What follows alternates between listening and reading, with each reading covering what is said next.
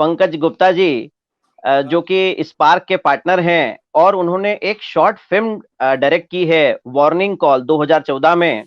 और भगवत गीता आज क्यों, ये एक बहुत ही सुंदर किताब उन्होंने लिखी है और मुझे भी भेंट की है। साथ में ये जो बुक है, सिंहस्थ के दौरान 2016 में लॉन्च की गई थी। इसको आदरणीय मुख्यमंत्री जी शिवराज जी चौहान को आपने पर्सनली मिलकर के भेंट की, अवधेशानंद जी, बाबा रामदेव जी एवं अन्य संतों ने इसे काफी सराहा और पंकज जी से स्वयं मिले हैं वो। साथ ही साथ इसकी 17,000 कॉपीज अभी तक बिक चुकी है। ये हाईएस्ट सेलिंग बुक है गीता के ऊपर।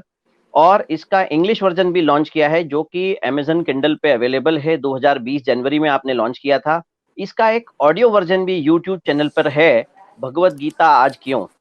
और बहुत सुंदर बात मैं आपको बताना चाहता हूं कि हमारे पंकज गुप्ता जी, जो कि एक ऑनलाइन कोर्स हार्वर्ड यूनिवर्सिटी से कर रहे हैं, और उसका सब्जेक्ट है हिंदुइज्म थ्रू इट्स स्क्रिप्चर्स।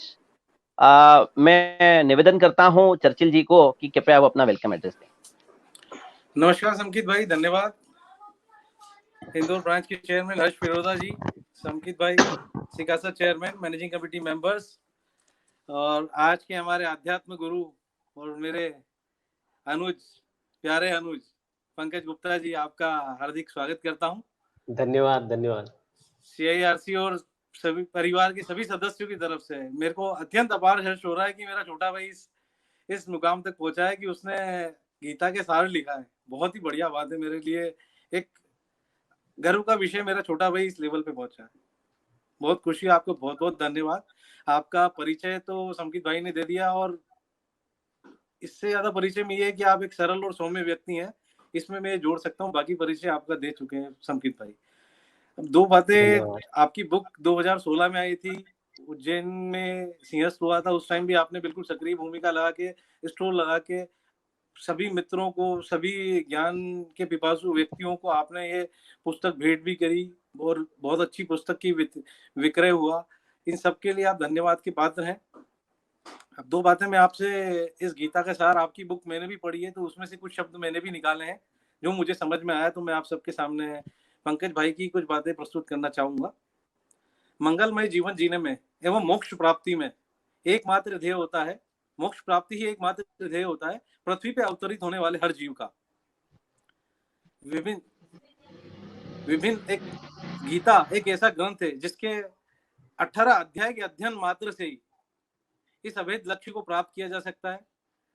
यह श्री वेद व्यास, ऋषि वेद व्यास एवं भगवान गणेश द्वारा प्रभु श्री कृष्ण के मुख से निकले हुए वचनों को संकलित करके ही तैयार किया गया है, जिसे हमारे पंकज भाई ने बहुत ही कम उम्र में अध्यात्म को आत्मसात करते हुए हम सभी के सामने प्रस्तुत किया है। इसके लिए अभिनंदन के पात्र हैं। मेरी एक छोटा सा, जब तक कि मैंने बुक नहीं पढ़ी थी, मेरे अंदर भी एक प्रश्न रहता था कि महाभारत जो कि एक विध्वंसक युद्ध था इस पृथ्वी का सबसे बड़ा, तो अर्जुन ने एक प्रश्न में गीता के सार को सारगर्भित कर दिया। इसका जो युद्ध का प्रश्न था अर्जुन के मन में, उसने इस गीता के सार को सारगर्भित कर दिया, क्योंकि उन्होंने ही श्री कृष्ण से यह सवाल किया था कि भाई ऐसा युद्ध क्या काम का जो अपने ही कुल के व्यक्तियों का नाश करके मैं ऐसा राज्य पाऊंगा, तो क्या काम का ऐसा राज्य। ये प्रश्न हर व्यक्ति के मन में सवाल उठ सकता है कि अपने कुल का नाश करके ऐसा राज्य प्राप्त करने की क्या लालसा, अभिपाशा हो सकती है आपकी। तो इस सारगर्भित तरीके से तब प्रभु श्री कृष्ण ने सारगर्भित तरीके से निष्कर्म का कर्म योग और ज्ञान योग का विस्तार वर्ण करके अर्जुन को तत्व ज्ञान का बोध कराया, और कर्म करने के लिए अपने ज्ञान चक्षु, उनके ज्ञान चक्षुओं को खोला। तो जितना श्री कृष्ण ने बताया उसके बारे में विभिन्न अध्यायों के अध्ययन करके पंकज भाई हम सबको आज ज्ञान लाभ देंगे। लेकिन जो बात मुझे समझ में आई है, और जो मैं अवतरित भी, जिस ध्येय को लेके मैं हुआ और मैं उसका पालन भी करता हूँ, मैं आपके साथ भी शेयर करता हूँ इस बुक को पढ़ने के बाद। अच्छे कर्म करने के लिए किसी विशेष समय का इंतजार नहीं करना चाहिए, क्योंकि मनुष्य यह नहीं जानता है, क्योंकि जो आज की स्थिति है उसको भी परिप्रेक्ष्य में रखते हुए मैं बोल रहा हूँ ये, कि मनुष्य यह नहीं जानता है कि कितने समय तक जीवित रहेगा। हो सकता है उसे अच्छे कर्म करने का मौका ही नहीं मिले। तो आप, मेरा सबसे निवेदन है कि इस सेमिनार के, वेबिनार के माध्यम से मैं यही कहना चाहता हूँ कि पाप कर्मों का तुरंत त्याग करके अपने कर्तव्य कर्म की ओर अग्रसर हो, यही हम सबके लिए श्रेष्ठकर होगा। और आगे की चर्चा के, विस्तार चर्चा के लिए मैं मेरे अनुज और प्रिय पंकज भाई को आमंत्रित करता हूं कि अपने ज्ञान का लाभ हम सभी को देके हमें अनुग्रहित करें। नमस्कार पंकज भाई, अब धन्यवाद आप चर्चिल अपने जी, उद्बोधन। बहुत थैंक यू, बहुत थैंक यू। धन्यवाद चर्चिल भाई। अब मैं जो आपने बात कही उसको इस कोरोना जी के परिप्रेक्ष्य में लेता हूँ। पता नहीं कौन कितना जिएगा, तो आप बता रहे जी थे या जी। डरा रहे थे पता नहीं है, बट नहीं, डरा नहीं रहा ये था, मैं बात कर्तव्य वाकई पथ पे। में वाकई में बहुत सारगर्भित बात कही आपने कि मनुष्य को पता नहीं वो कितने पल यहाँ पर है, इस पल यहाँ इस पल वहाँ। तो ये बहुत बढ़िया बात बताई आपने। कभी भी हमें रुकना नहीं चाहिए, सत्कार्य करते जाना है। और आज का जो विषय है उस पे विशेष उद्बोधन के लिए मैं अब आमंत्रित करता हूँ सीए पंकज गुप्ता जी को। Sir, over to you.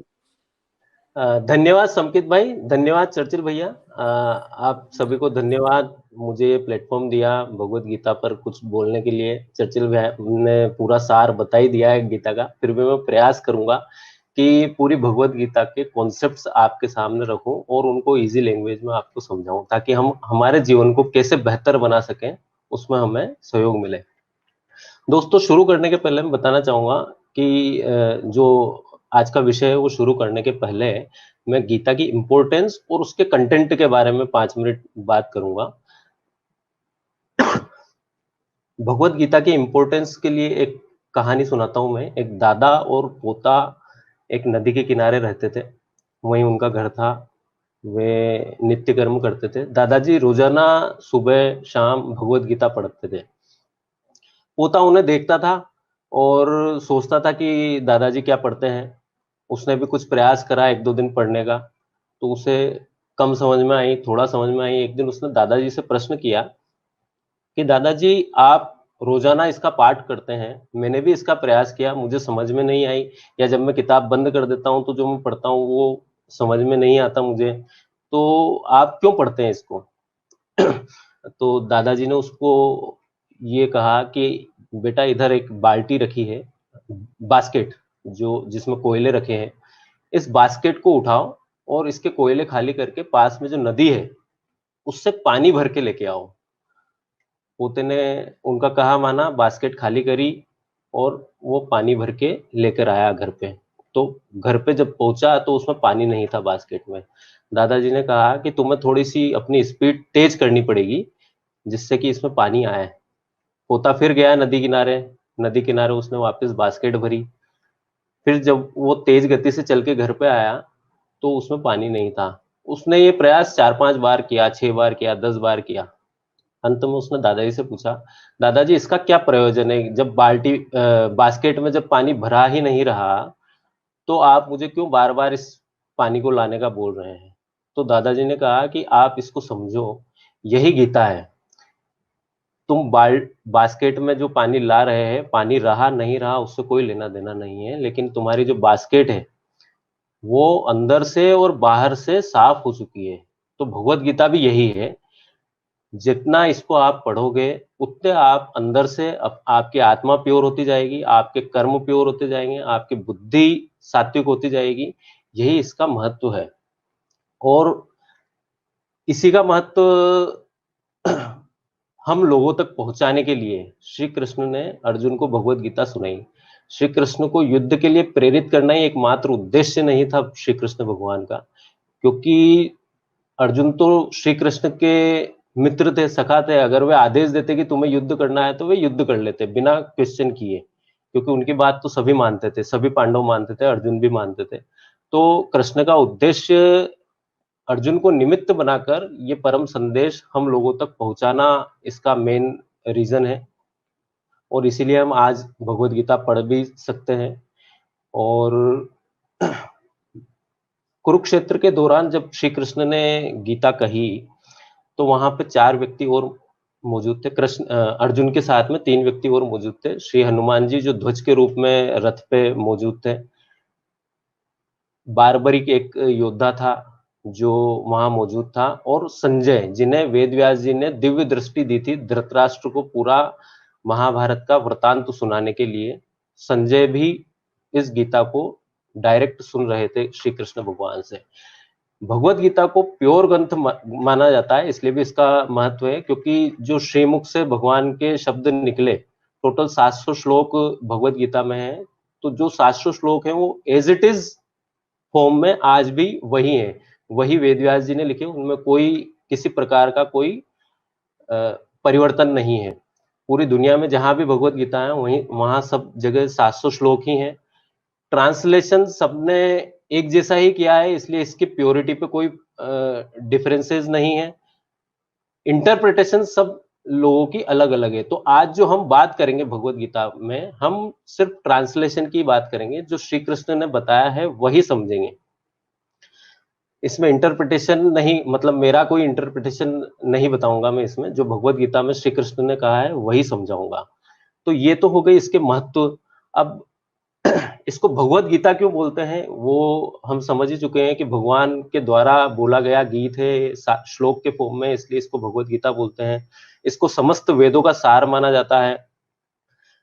Mahatma Gandhi अपने जीवन में सबसे ज्यादा प्रभावित किसी किताब से थे तो वह भगवत गीता से थे।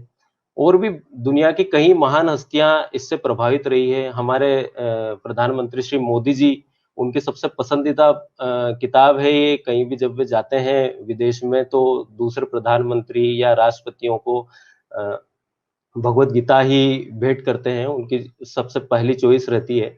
अब भगवत गीता जो है जनरली हम लोगों में माना जाता है, जनरली ओल्ड एज के लोग इसे पढ़ते हैं क्योंकि वो इसे धर्म ग्रंथ समझते हैं, लेकिन ये कर्म ग्रंथ है। और अर्जुन भी उसके जीवन का सबसे बड़ा युद्ध लड़ रहा था, तभी श्री कृष्ण ने अर्जुन को भगवत गीता सुनाई।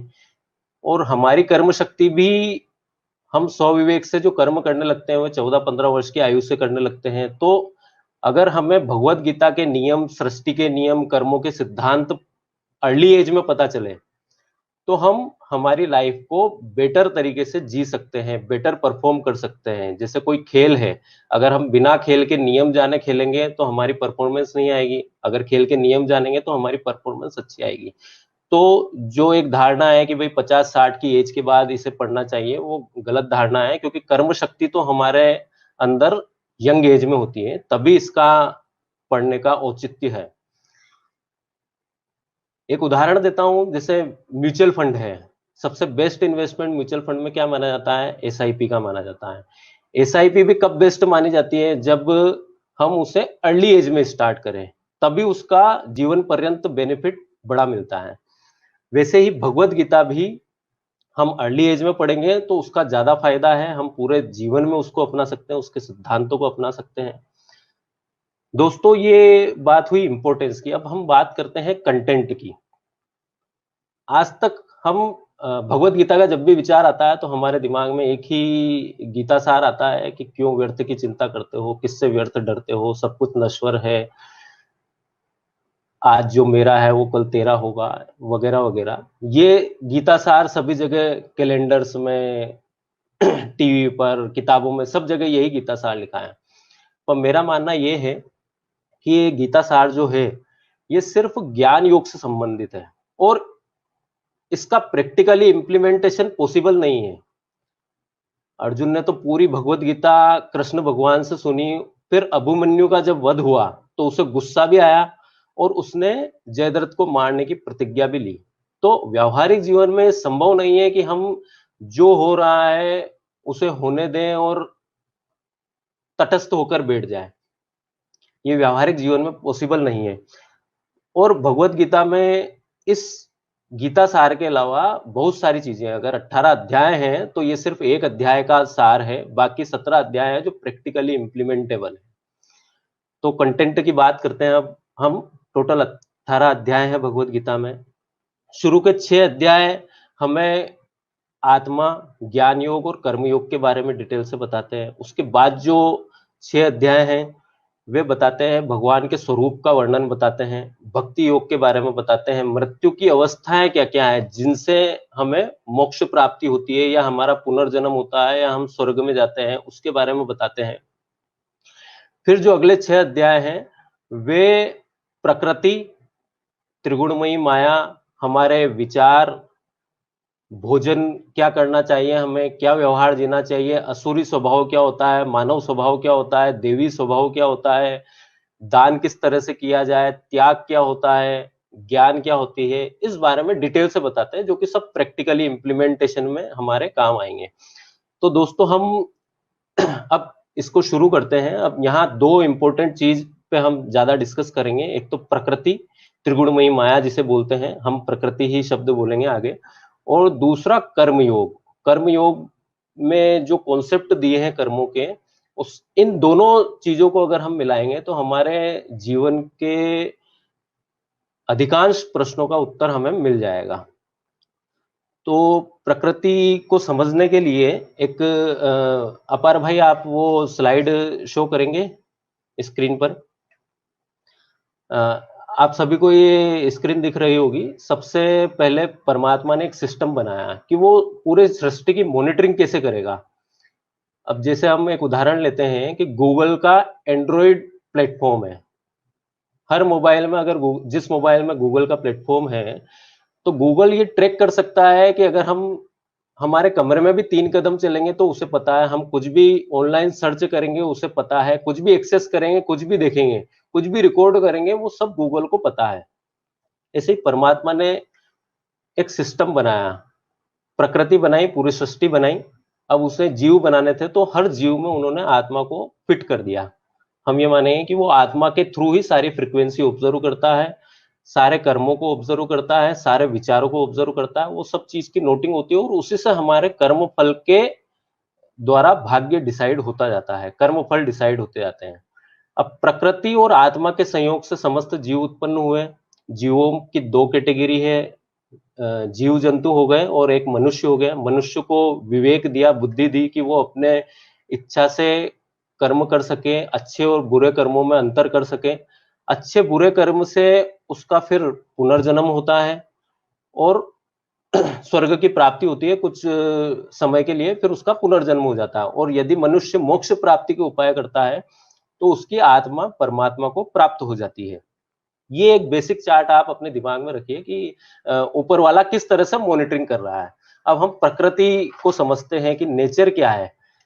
स्लाइड हटा दीजिए ये। नेचर, स्लाइड हटा दीजिए अपार भाई। नेचर जो है वो 3 शक्तियों से मिलकर बनाया है। उसको सत, रज और तम, ये 3 शक्तियां हैं। अर्जुन ने जब पूछा श्री कृष्ण भगवान से कि व्यक्ति नहीं चाहते हुए भी बुरे कर्म क्यों करता है। अब यहाँ पे ये सोचने वाली बात है कि भाई अगर मैं नहीं चाहता तो मैं बुरे कर्म क्यों कर रहा हूं, और अगर भगवान करवा रहा है तो फिर मैं उसको भगवान कैसे मानूं। तो श्री कृष्ण ने ये उत्तर दिया कि व्यक्ति को तीनों शक्तियां, जितना भी जो भी कुछ घटित होता है इस धरती पर, जो भी आप कर्म करते हो, जो भी आप विचार करते हो, ये तीनों शक्तियों से प्रभावित होते हैं। सत, रज और तम, ये 3 शक्तियां हैं जो सब चीजों को प्रभावित करती है और सब चीजों के फलों को अवतरित करती है, प्रेजेंट करती है। एक उदाहरण से समझते हैं। एक वैज्ञानिक ने एक गमला लिया बड़ा सा, उसमें 20 किलो मिट्टी डाली और फिर एक पौधा लगाया, बीज बोया उसमें, उसको पानी दिया। साल हुए, 2 साल हुए, 3 साल हो, काफी बड़ा पौधा बन गया। उसका खुद का वजन 20 किलो हो गया। अगर उसको तोलेंगे तो पौधे का वजन 20 किलो हो गया। अब वैज्ञानिक ने सोचा कि मिट्टी का तोल करके देखो कि कहीं ये मिट्टी से इसमें वजन आया कि कहां से आया। तो मिट्टी तो उतनी की उतनी निकली, उसमें 500 ग्राम, 1 किलो, हो सकता है कम निकली हो क्योंकि हवा, धूल, पानी, बारिश के कारण बह गई हो। मिट्टी उतनी थी लेकिन पौधा 20 किलो का हो गया। तो वैसे ही हम कोई बीज डालते हैं, यदि हम क्रोध का बीज डालेंगे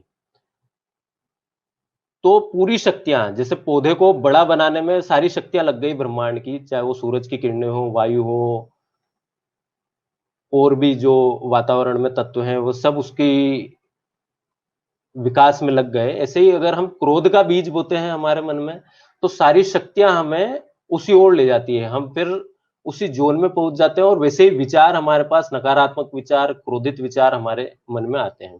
यदि हम प्रेम का बीज बोएंगे तो सारी शक्तियां उस प्रेम के बीज को बड़ा करने में लग जाएगी। और यदि हम विवेक का बीज बोएंगे तो सारी शक्तियां हमें विवेक पूर्ण व्यक्ति बनाने में लग जाएगी। एक और उदाहरण से समझते हैं कि ये 3 शक्तियां कैसे काम करती है। जैसे तम को आप अगर अवरोधक माने और रज को आप गति प्रदान करने वाला माने और सत को आप ये माने कि ये बैलेंसिंग एक्ट करता है। तो अब एक कार है, अगर उसमें सिर्फ ब्रेक होगा तो कार नहीं चल सकती, जो कि तम का काम करता है, अवरोधक का काम करता है वो। सिर्फ एक्सीलेटर होगा तो भी कार नहीं चल सकती, और मान लिया एक बार चल भी जाएगी तो दोबारा नहीं चलेगी। तो इसलिए उसमें एक ड्राइवर भी होता है जो इन दोनों को बैलेंस करने का काम करता है। तो कुल मिलाकर अगर इसका निष्कर्ष निकालें हम प्रकृति का, तो तीनों शक्तियां मौजूद है, बाहर भी और हमारे अंदर भी। हम किसको हमारे मन में पनपने देते हैं, किसको हमारे मन में ग्रोथ करने देते हैं, वो शक्ति हम पर हावी हो जाती है और फिर वैसा ही हमसे कर्म करवाती है। तो ये बहुत इंपॉर्टेंट है कि हमारे मन को हमें ऐसी बेकार चीजें, क्रोध रूपी चीजें या किसी की बुराई से संबंधित चीजें, वो हमारे मन में हम आने के तुरंत बाद उसको क्योंकि आने आएगी तो सही वो, लेकिन उसको वहीं स्टॉप कर दें हम। श्री कृष्ण से अर्जुन ने यही पूछा कि मन को कंट्रोल में करना तो वायु को कंट्रोल में करने के समान है, तो ये कैसे किया जाए? तो श्री कृष्ण ने उनको एक उदाहरण दिया कि जो आपके पास बुद्धि है वो मन से श्रेष्ठ है और मन इंद्रियों से श्रेष्ठ है, इंद्रियां शरीर से श्रेष्ठ है। तो जो शरीर जो भी कर्म करता है वो इंद्रियों के द्वारा करता है, और मन की इच्छाओं की पूर्ति के लिए ही इंद्रियां कोई कर्म करती है। तो मन पे कंट्रोल करने के लिए आपको बुद्धि का प्रयोग करना पड़ेगा, अपने विवेक का प्रयोग करना पड़ेगा, और प्रयास करेंगे तो धीरे धीरे यह संभव है।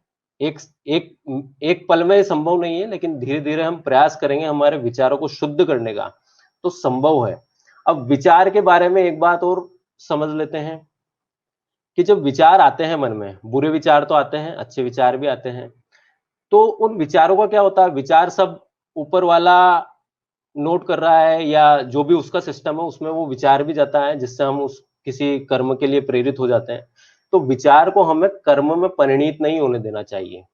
अगर उस विचार को हमने कर्म में परिणीत होने दिया तो उसका कर्मफल बुरा होगा, और अगर विचार को कर्म में नहीं बदला तो उसका कोई फल नहीं होगा। जैसे एक उदाहरण लेते हैं कि जब हमारे मन में कोई विचार आता है, वो अंदर ही एक शब्द बनता है, शब्द बनकर हमारे हलक तक आता है, फिर जीवान पे आता है, फिर होठ से बाहर निकलता है। तो होठ से बाहर, होठ पर जब वह आता है तो यह सीमा है, यहां तक आप उसको रोक सकते हो, लेकिन अगर होठ से बाहर निकल गया तो फिर आप रोक नहीं सकते। तो एक सीमा है विचार की कि आप नेगेटिव थॉट्स को कहां तक रोक सकते हो। एक और उदाहरण देता हूं, जैसे हम रोड पे जाते हैं तो कई जगह पे लिखा होता है कि 20 मील की स्पीड लिमिट है, यहाँ पे 30 किलोमीटर की स्पीड लिमिट है। तो वो लिमिट इसलिए होती है कि आपको ये बताती है कि अगर आप 20 किलोमीटर की स्पीड पर चलेंगे तो आप, यहाँ पे जनसंख्या वाला गांव है, तो आप 20 किलोमीटर की स्पीड पर अगर चलेंगे तो जरूरत पड़ने पर आप उसको कंट्रोल कर सकते हो गाड़ी को। और जहां 70 किलोमीटर की स्पीड लिखी है वहां पे आप 70 की स्पीड में ऐसी अवस्था में कंट्रोल कर सकते हो। तो अगर आप 20 किलोमीटर लिखा जहां होगा वहां पे 50 किलोमीटर की स्पीड से गाड़ी चलाएंगे तो फिर आपसे कंट्रोल नहीं होगी वो। तो एक सीमा है जहां तक हम अपने विचारों को कंट्रोल कर सकते हैं। अगर हम वहां तक कंट्रोल नहीं करते हैं तो वो फिर विचार किसी ना किसी दिन हमारे कर्म में बदल जाते हैं। जैसे हम किसी व्यक्ति के बारे में बुरा ही बुरा सोचेंगे तो जिस दिन वो हमारे सामने होगा उस दिन हमारे मन से उसके लिए बुरे उद्गार निकल जाएंगे। तो ये बहुत इंपॉर्टेंट है, हमें विचारों को कंट्रोल करना है। अब विचारों से ही व्यक्तित्व का निर्माण होता है और उसी से हमारे कर्म बाहर निकलते हैं। तो इसको कंक्लूड करते हैं कि प्रकृति की 3 शक्तियां हैं, जो बाहर भी है, हमारे भीतर भी है। अब हमें उससे कैसे मैनेज करना है, हमें दोनों में बैलेंसिंग बना के रखना है। विनाशक शक्तियां भी है और सृजनात्मक शक्तियां भी है, उनको बैलेंस बना के चलना है। अब बात करते हैं हम योग की, ज्ञान योग, कर्म योग और भक्ति योग। ज्ञान योग तो बहुत ही सिंपल है, समझना सिंपल है, लेकिन फॉलो करना सबसे टिपिकल है, इसलिए हम इसको समझ लेते हैं सिंपल वे में। ज्ञान योग क्या है? ज्ञान योग में जो व्यक्ति होता है वो हर जीव में परमात्मा को देखता है। वो कुछ कर, जो भी कर्म कर रहा है, चाहे वो सांस ले रहा है, चाहे खाना खा रहा है, जो भी कर रहा है, चाहे बोल रहा है, वो उसमें ये मानता है कि मैं ये नहीं कर रहा हूँ, ऊपर वाला ही सब मुझसे करवा रहा है। ये ज्ञान योग है। और इसका उदाहरण देता हूं मैं, जितने भी जैन तीर्थंकर हैं वो सब ज्ञान योग से ही मोक्ष को प्राप्त हुए। वह हर जीव में परमात्मा को देखते थे। आज भी जो जैन संत हैं वे इसी को फॉलो करते हैं। शाम को पैदल नहीं चलते क्योंकि जीव मर जाते हैं। खाने के उनके अपने नियम है भोजन के, क्योंकि जीव मरते हैं। तो वे ज्ञान योग से हर जीव में परमात्मा को देखते हैं। अब हम बात करते हैं कर्म योग की। ये सबसे इंपॉर्टेंट है हमारे लिए। कर्म योग में 3 बहुत इंपॉर्टेंट श्लोक है। पहला श्लोक जो सभी ने सुन रखा है, कर्मण्येवाधिकारस्ते मां फलेषु कदाचन मां कर्मफल हेतुर्भूमा ते संगोऽस्त्व कर्मणि। यानी कि आपका कर्म में ही अधिकार है, फल में नहीं। फल प्रकृति ही डिसाइड करेगी, ऊपर वाला ही डिसाइड करेगा। आपको सिर्फ अपना कर्म करना है। ये पहला श्लोक है। दूसरा श्लोक है, सहजम कर्म कौन्ते सदोषमपि न्यत्यजेत सर्वारंभा ही दोषेण धूमेनाग्नि रिवावृता। यानी कि जैसे अग्नि धुएं से युक्त होती है वैसे ही हर कर्म, इसको बहुत ध्यान से सुनना, जैसे अग्नि धुएं से युक्त होती है वैसे ही सभी कर्म किसी न किसी दोष से युक्त हैं। इसलिए अपने स्वाभाविक कर्म चाहे वे दोषपूर्ण हो तो भी नहीं त्यागना चाहिए। यहां कृष्ण ने अर्जुन से बोला कि तुम जो युद्ध करोगे उसमें कई लोग मारे जाएंगे, लेकिन तुम्हारा क्षत्रिय होने के कारण तुम्हारा यह स्वाभाविक कर्म है कि तुम धर्म के लिए युद्ध करो, इसलिए तुम्हें इसका पाप नहीं लगेगा। तीसरा इंपॉर्टेंट सिद्धांत है कि कर्तव्य कर्म नहीं करने का पाप लगता है। अगर आपका कोई कर्तव्य हो और आप उसे नहीं करते हैं तो उसका पाप लगता है। कृष्ण ने अर्जुन को बताया कि धर्मयुक्त युद्ध करना तुम्हारा कर्तव्य है, अगर इसे नहीं करोगे तो तुम्हें पाप लगेगा। इन तीनों को एक और उदाहरण से समझते हैं। खेती का सबसे अच्छा उदाहरण है कि कर्म, किसान का कर्म है बीज बोना, उसकी देखभाल करना, उसको पानी देना, उसको उर्वरक खाद वगैरह देना। अब उस बीज से उसने 100 बीज डाले तो उससे कितने पौधे आएंगे इस पे उसका कोई कंट्रोल नहीं है। पौधे आ गए, उनकी रक्षा करना उसका कर्तव्य है, लेकिन पौधों में फल कितने आएंगे इस पे उसका कोई कंट्रोल नहीं है। अब स्वाभाविक कर्म की बात करें तो किसान खेती करने के लिए हल चलाता है, उसमें कई जीव मारे जाते हैं, केचुए, छोटे छोटे जीव हल चलाने से मरते हैं, लेकिन उससे उसको पाप नहीं लगता क्योंकि ये उसका स्वाभाविक कर्म है। इसी तरह कर्तव्य कर्म कि वो उस पर उर्वरक छिड़क रहा है तो भी कुछ ना कुछ कीट मरेंगे ही सही, तो भी उसको पाप नहीं लगेगा। तो ये 3 बहुत इंपॉर्टेंट सिद्धांत हैं जिन्हें हमें ध्यान रखना है। एक पॉलिटिशियन का उदाहरण लेते हैं। जो जनरली हम जब देखते हैं कि किसी एक पार्टी ने दूसरी पार्टी से मिलके सरकार बना ली तो हमें ऐसा लगता है कि अरे यार ये क्या है, इनका कोई मोरल नहीं है। लेकिन वो उसका स्वाभाविक कर्म है, उसको सरकार बनानी है तो किसी से हाथ मिलाना ही पड़ेगा। हाँ, खरीद फरोख्त करके अगर मिला रहा है तो वो पाप है। उसके बाद लेकिन पार्टी बनाने के बाद, सत्ता बनाने के बाद अगर वो उसके कर्तव्य से विमुख होता है, यानी कि कर्तव्य नहीं करता है, यानी कि जनता की सेवा नहीं करता है, भ्रष्टाचार करता है, तो उसको डेफिनेटली उसका पाप लगता है। तो ये 3 सिद्धांत हमने कर्म योग के समझे। अब इस इन तीनों सिद्धांत के हिसाब से आप अपने जीवन में जब भी आपको कोई निर्णय लेना पड़े, कोई ऐसी स्थिति होती है कि हम कई बार ऐसी स्थिति में होते हैं कि हमें निर्णय लेना पड़ता है कि ये करूं मैं या ये नहीं करूं, क्या उचित है मेरे लिए। तो आप इन 3 सिद्धांतों को फॉलो कीजिए कि आपको आपका कर्म में अधिकार है। दूसरा, स्वाभाविक कर्म दोषयुक्त हो तो भी कोई समस्या नहीं है। तीसरा, कर्तव्य कर्म नहीं करेंगे तो पाप लगेगा। इन तीनों के बेस पे आप डिसीजन ले सकते हैं। एक उदाहरण लेते हैं यहाँ पे, धृतराष्ट्र का उदाहरण लेते हैं। जब पांडवों को 12 साल का वनवास हुआ और 1 साल का अज्ञातवास हुआ तो 13 दिन बीत जाने के बाद भीष्म ने धृतराष्ट्र से कहा कि किसी विशेष परिस्थिति में हम ये मान सकते हैं कि 13 दिन इक्वल्स टू 13 ईयर, तो तुम अभी पांडवों को बुलाओ, उन्हें इंद्रप्रस्थ सौंप दो। लेकिन धृतराष्ट्र चूंकि अपने पुत्र मोह में बंधा था तो उसने कहा कि नहीं, मैं ऐसा नहीं कर सकता, मैंने युद्ध को 13 साल आगे धकेल दिया है, तो अब आप मुझे फोर्स क्यों कर रहे हो कि इन्हें बुलाओ और फिर वो दुर्योधन युद्ध करेगा। तो भीष्म ने कहा कि तुम्हारा कर्तव्य क्या है, अगर किसी के साथ अन्याय हुआ है तो as a king, as a राजा तुम्हारा ये कर्तव्य है कि उस अन्याय को तुम खत्म करो। वे नहीं माने, फिर वेद व्यास जी आए उन्हें समझाने। तो वेद व्यास जी ने भी यही कहा कि भाई तुम्हारा कर्तव्य ये है कि तुम इस निर्णय को चेंज करो। लेकिन धृतराष्ट्र ने कहा कि अगर युद्ध होना ही है, अगर भाग्य में युद्ध लिखा ही है, तो आप मुझे क्यों फोर्स कर रहे हो। तो वेद व्यास जी ने बताया कि अगर भाग्य में युद्ध लिखा भी है तो भी तुम्हारा आज का निर्णय ये डिसाइड करेगा कि उस युद्ध के लिए तुम उत्तरदायी हो कि नहीं हो। युद्ध अगर भाग्य में लिखा है तो उसे भाग्य पे छोड़ो, तुम्हें आज अपना कर्तव्य कर्म करना है। और तुम्हारा कर्तव्य ये कहता है एज ए किंग, राजा, हस्तिनापुर के राजा के रूप में, कि तुम्हारे अनुज पुत्रों के साथ जो अन्याय हुआ है उस अन्याय को तुम खत्म करो और उन्हें इंद्रप्रस्थ का राज सौंप दो। तो इस तरह से हमारे जो विचार होते हैं, यहाँ पे धृतराष्ट्र के मन में सिर्फ एक ही विचार था कि उसको उसके पुत्र का हित देखना था, इसलिए वो उस जोन से बाहर ही नहीं आ पाया, उसको सब चीज दिखती हुई भी वो निर्णय नहीं ले पाया। तो हमें हमारे विचारों को शुद्ध करते हुए ये निर्णय लेना होता है कि हमारा क्या कर्तव्य है, हमारा क्या स्वाभाविक कर्म है, उस हिसाब से हमें कर्म करने चाहिए। एक दान का उदाहरण लेता हूं जिससे ये रियलाइज हुआ कि किस तरह से हमारे जो मन के विचार होते हैं वो कर्म फल को भी चेंज कर देते हैं। कर्म तो हम करते ही हैं, उसका फल भी निश्चित है, फल मिलना भी निश्चित है, लेकिन जो हमारे विचार होते हैं वे हमारे कर्म फलों को परिवर्तित कर देते हैं।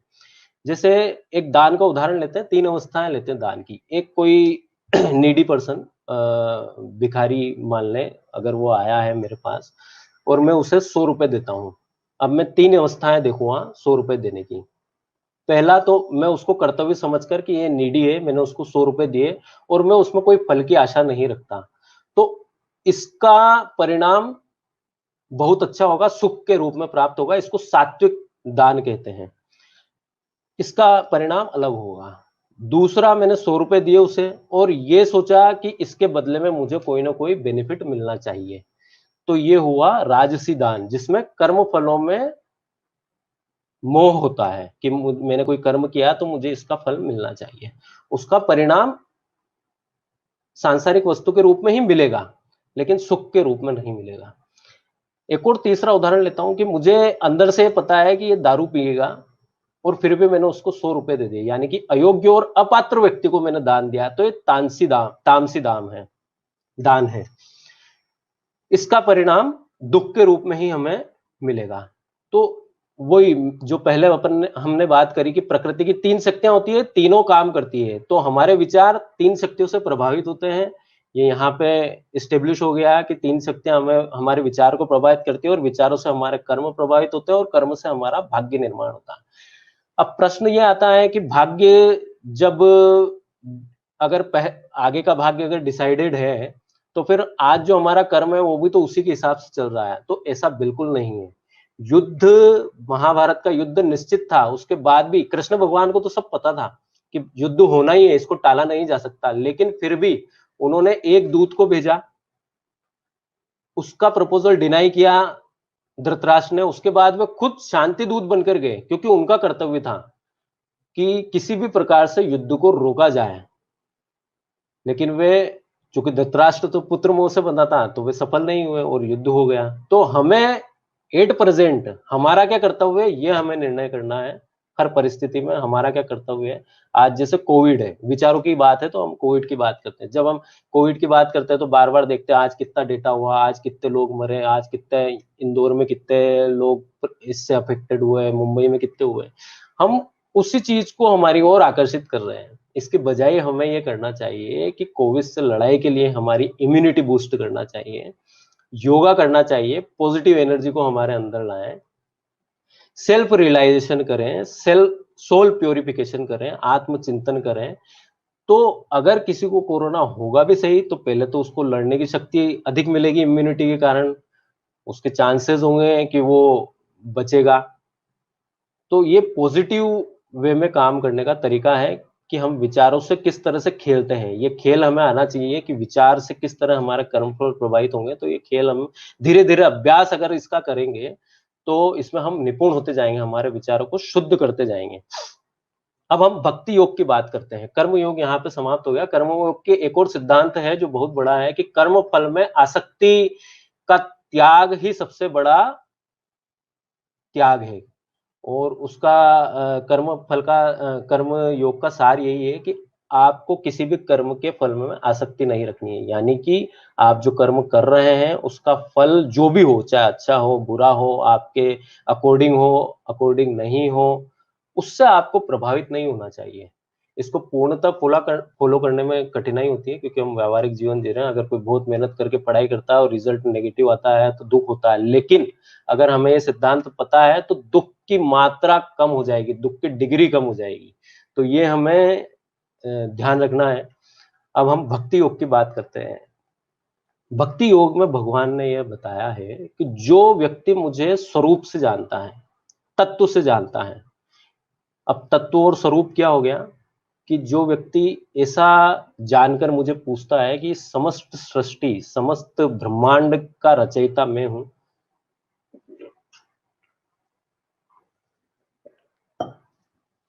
मुझसे परे कुछ भी नहीं है, जो भी इस दुनिया में दिखता है, दृश्य है, अदृश्य है, वो सब मेरा ही बनाया हुआ है, ये परमात्मा को स्वरूप से जानना हुआ। और जो स्वरूप से जानकर मेरी भक्ति करता है वो मोक्ष को प्राप्त करता है। ये भक्ति योग है।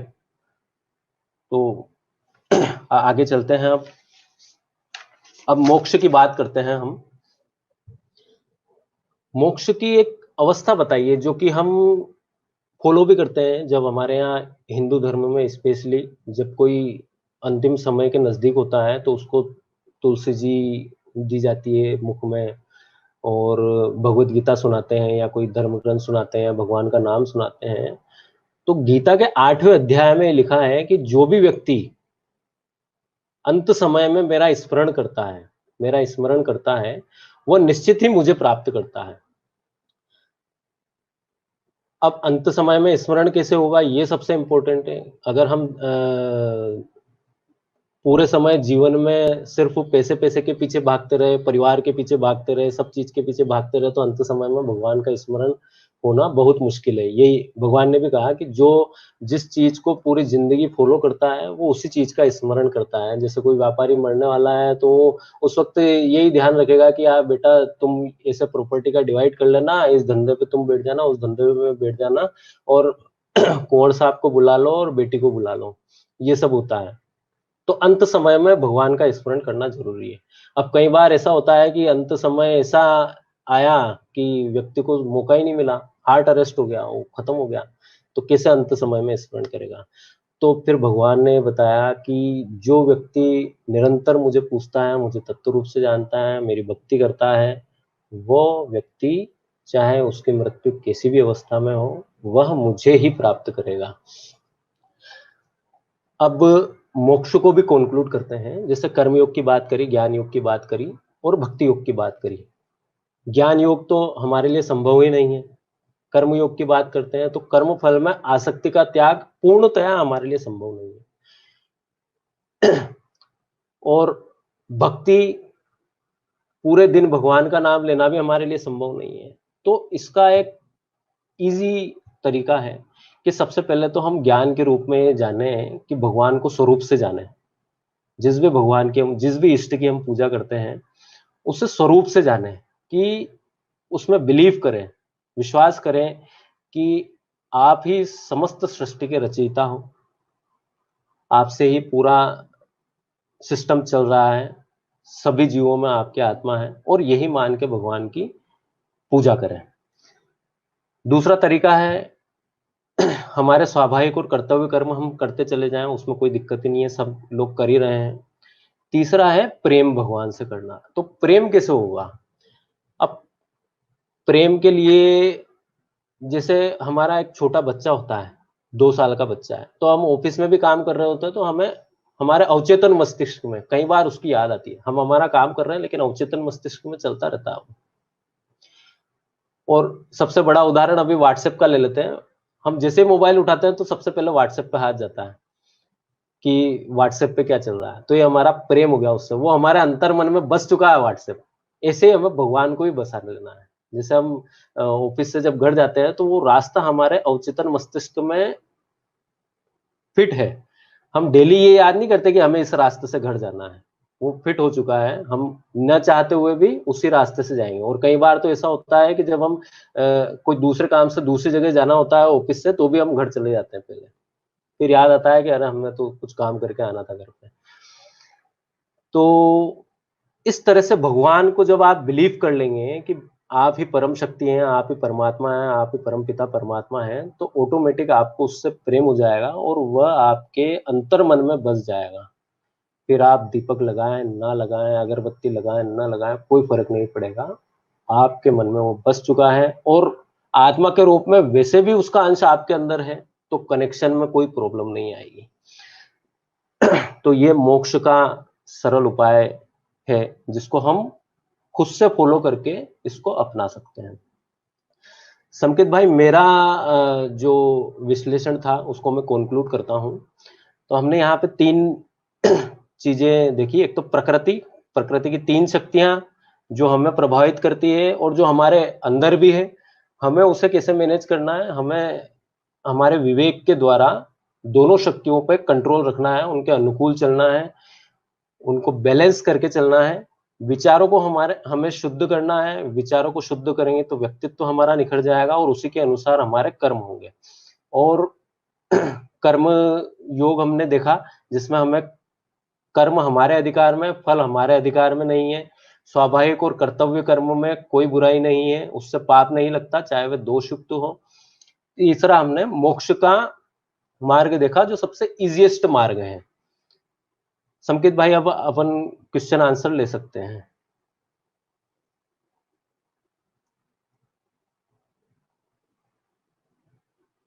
संकेत भाई,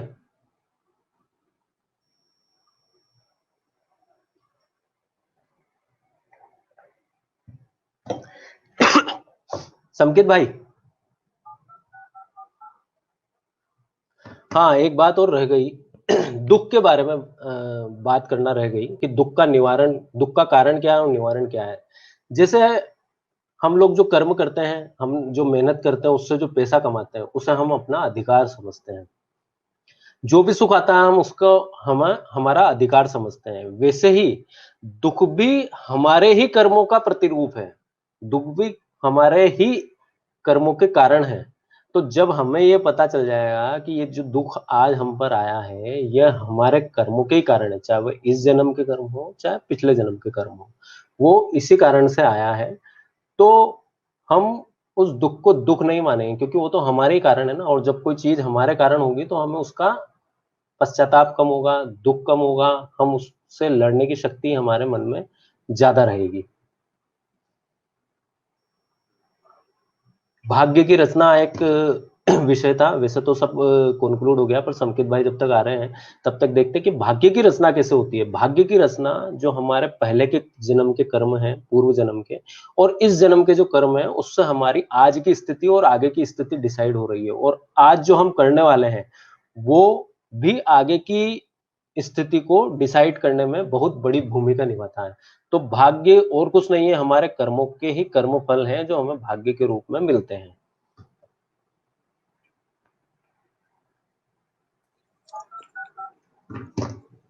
यस पंकज भाई। यस सर, मेरा जो विश्लेषण था, जो मुझे बताना था वो कंप्लीट हो गया। अब आप क्वेश्चन ले लें। जी जी पंकज जी, सर एक क्वेश्चन है। कोरोना के कारण सभी के व्यवसाय पर ताला लग गया है, क्या सभी का भाग्य एक जैसा लिख दिया भगवान ने? बिल्कुल नहीं हर्ष भाई, सभी का भाग्य तो एक जैसा हो ही नहीं सकता। जब सबके व्यवसाय खुले थे तब भी सबका भाग्य अलग था, और आज जब सबके व्यवसाय बंद हैं तब भी सबका भाग्य अलग है। किसी का नुकसान ज्यादा है, किसी का कोई नुकसान होने से बच गया, हो सकता है इन 2 महीने में उसे नुकसान होने वाला था कुछ तो वो बच गया।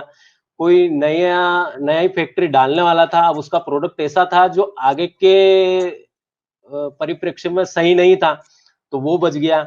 मेरा एक दोस्त है जो 5 करोड़ की प्रॉपर्टी लेने वाला था, उसके लिए 2 करोड़ एडवांस देने वाला था तो वो बच गया। हो सकता है उसके 2 करोड़ के चारा नहीं रह जाते, है ना। एक दोस्त है मेरा जो किसी फाइनेंस कंपनी में सीईओ है, उसका करोड़ों का पैकेज है।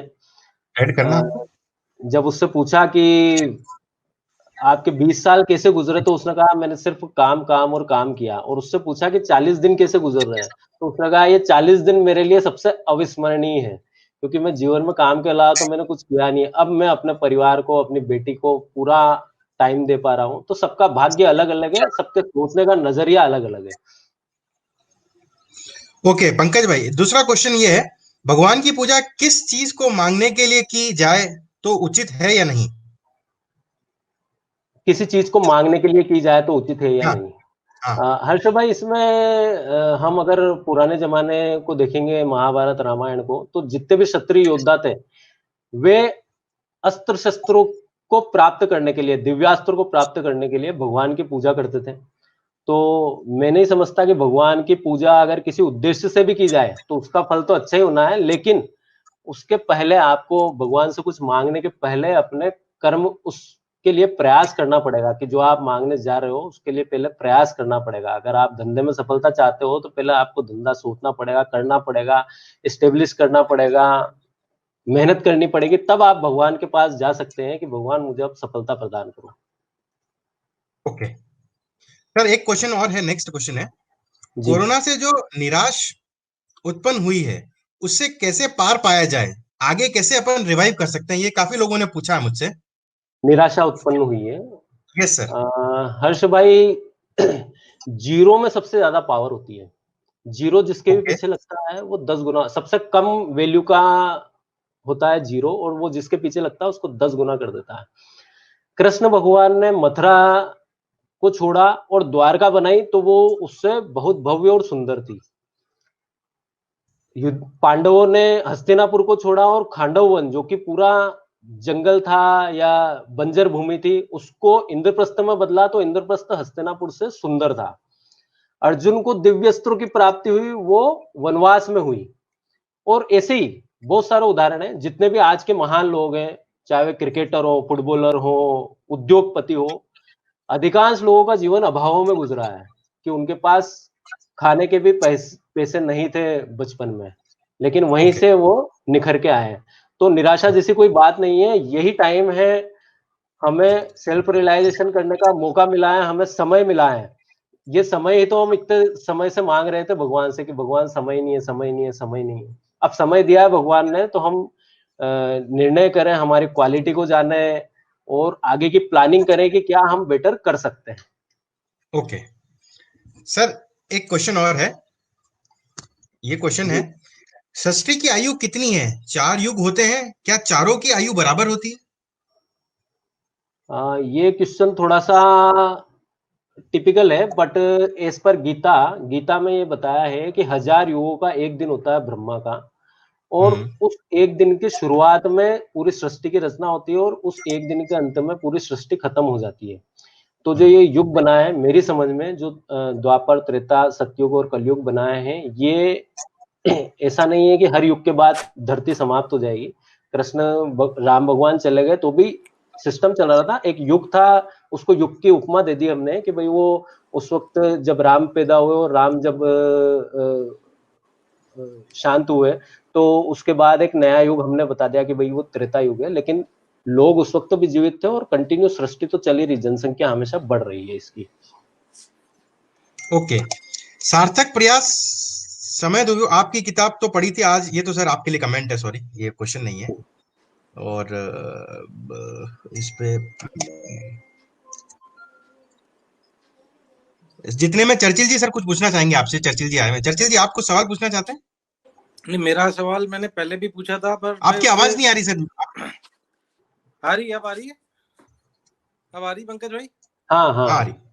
पंकज भाई, मेरा तो बस छोटा सा सवाल था। मैंने उस टाइम वेलकम स्पीच में भी मैंने निवेदन भी किया था कि इतना बड़ा युद्ध केवल एक राज्य प्राप्त करने के लिए अपने कुल का नाश करना, मतलब वो कर्म का बिल्कुल बताया। बस मेरे को आज तक ये अभी तक संतुष्ट नहीं हो पाया हूँ कि कुल का नाश करके ऐसे राज्य को प्राप्त करना कहाँ तक उचित है। मेरे मन को आज तक ये संतुष्ट नहीं कर पाया सवाल। देखो, इसमें चर्चिल भैया ये बताना चाहूंगा कि इतना बड़ा युद्ध पांडव नहीं चाहते थे, पहली बात तो हस्तिनापुर पर अधिकार पांडवों का था, पांडवों का नहीं, युधिष्ठिर का था कि उससे राजा बनना था। उसको राजा से हटा दिया, इंद्रप्रस्थ दिया। इंद्रप्रस्थ देने के बाद भी उनसे कपटपूर्ण तरीके से वो इंद्रप्रस्थ छीन लिया।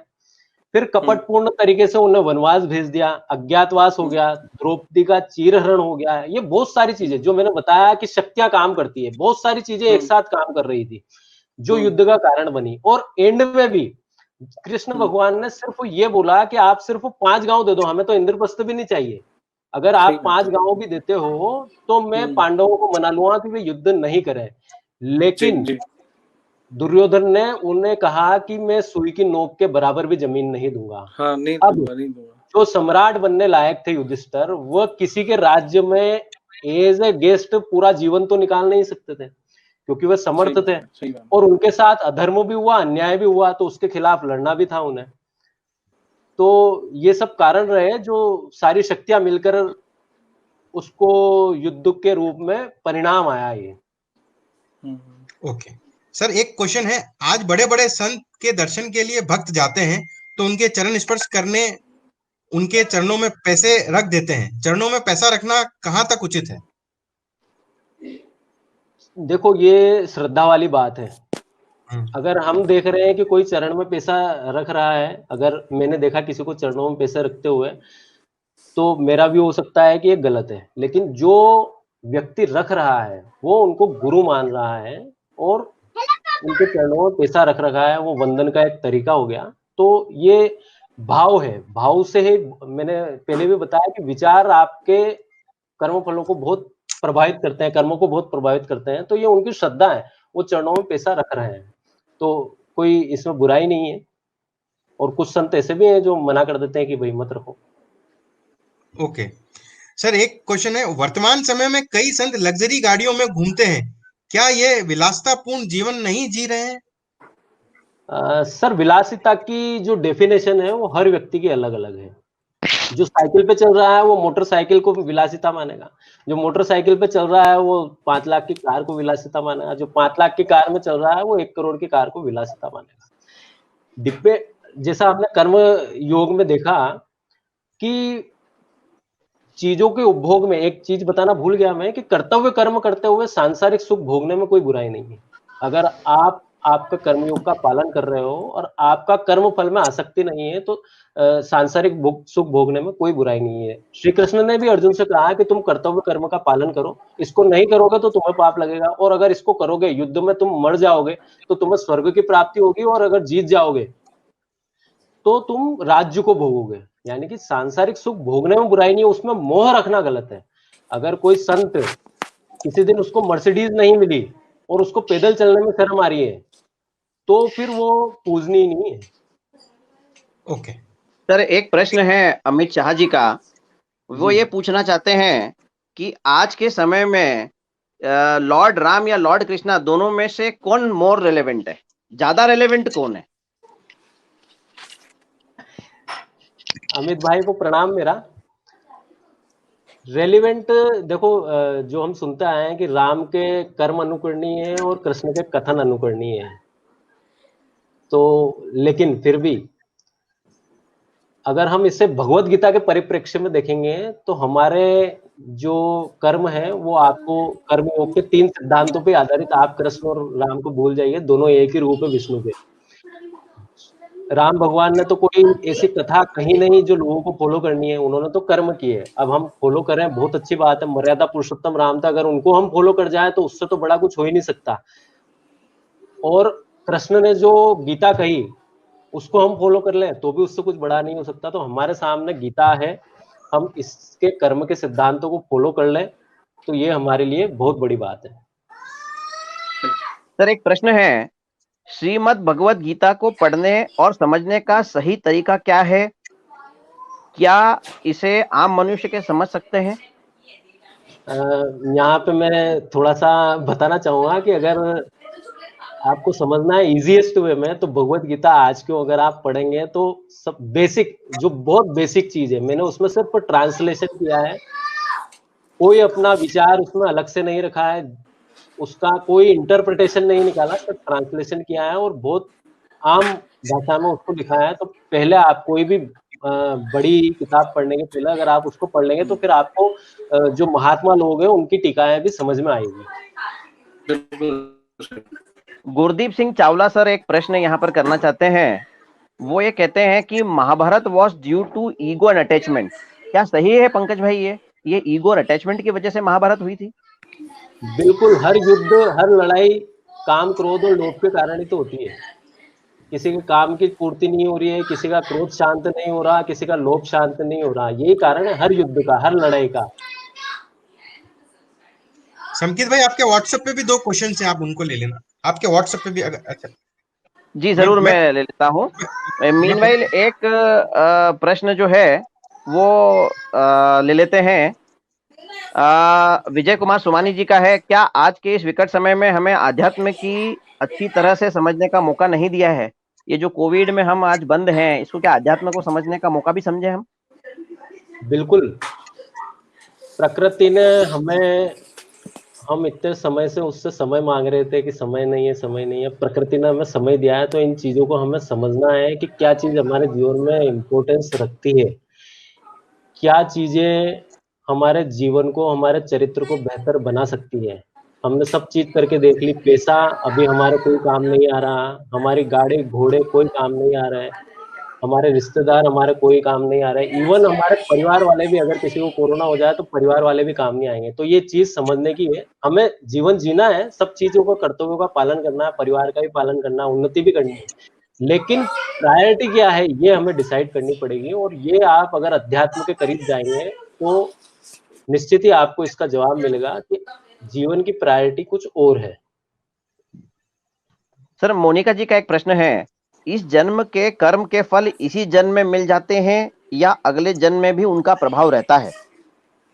बिल्कुल, भगवत गीता में ये लिखा है कि जो भी आपके कर्म हैं उससे आपके आगे का भाग्य डिसाइड हो रहा है और अगला जन्म भी डिसाइड हो रहा है। अगर कर्मों का फल सारा इसी जीवन में मिल जाता तो जो भी व्यक्ति पैदा होता है वो अलग अलग भाग्य लेकर क्यों जन्मता है?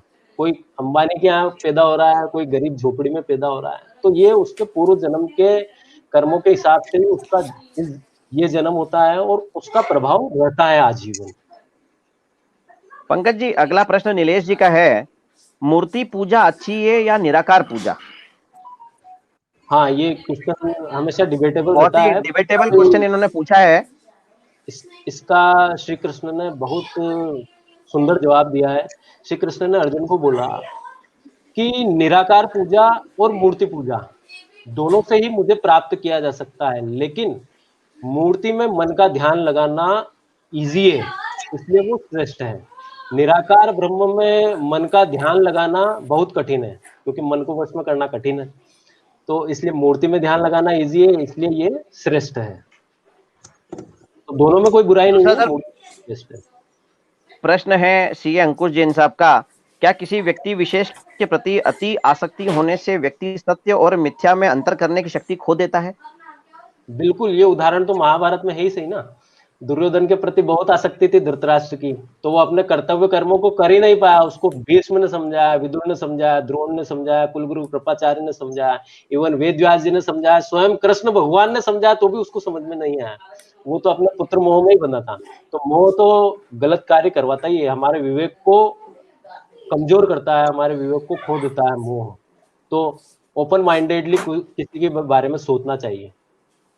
सर अगला प्रश्न है सुनीता अचोलिया जी का है, राम जी ने सीता जी की शुद्धता प्रमाणित करने के लिए क्यों मजबूर किया, जबकि उनको पता था कि सीता जी पूर्णतः शुद्ध थी?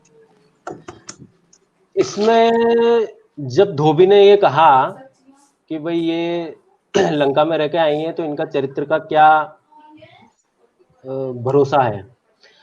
अब राम थे, मर्यादा पुरुषोत्तम राम, अयोध्या के राजा थे, उन्हें ऐसा लगा कि अगर मैं ये स्टेब्लिश नहीं करूंगा तो जनता, आज एक धोबी कह रहा है, ऐसे जनता में ये जब बात फैलेगी तो जनता मुझ पर विश्वास कैसे करेगी? और जिस राजा में जनता का विश्वास नहीं हो उस राजा के राज करने का कोई मतलब नहीं।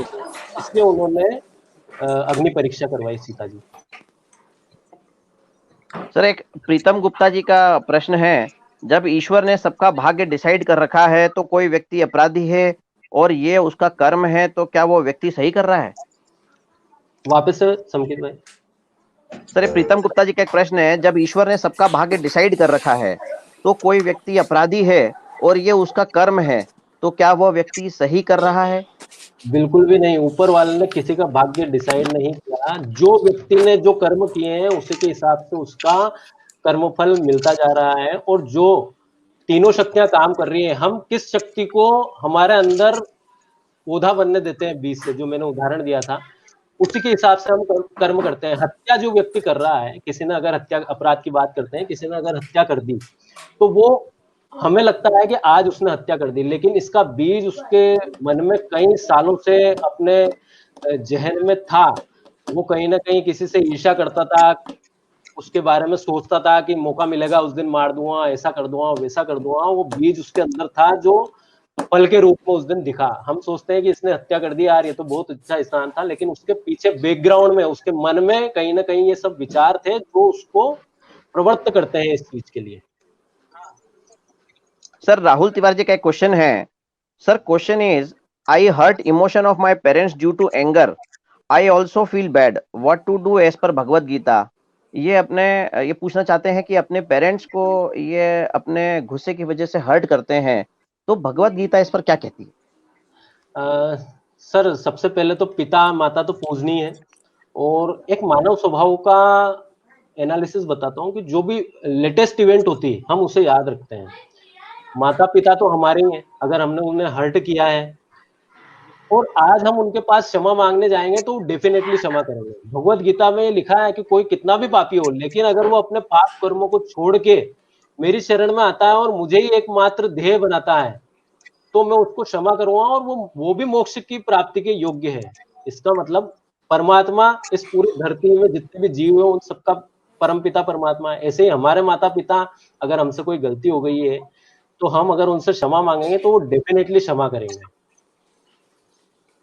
सर अगला प्रश्न है अनिल गुप्ता जी का। वो पूछते हैं कि कहते हैं मनुष्य पहले बंदर जैसा था, तो क्या हमारे पूर्वज बंदर थे या देवी देवता थे? ये तो वो आर्कोलॉजिस्ट का क्वेश्चन है। पर हाँ, डेफिनेटली जब सृष्टि शुरू हुई तो कोई छोटा जानवर था, फिर वो बंदर बना, फिर वो धीरे धीरे पैरों पे चलने लगा हाथ छोड़ के।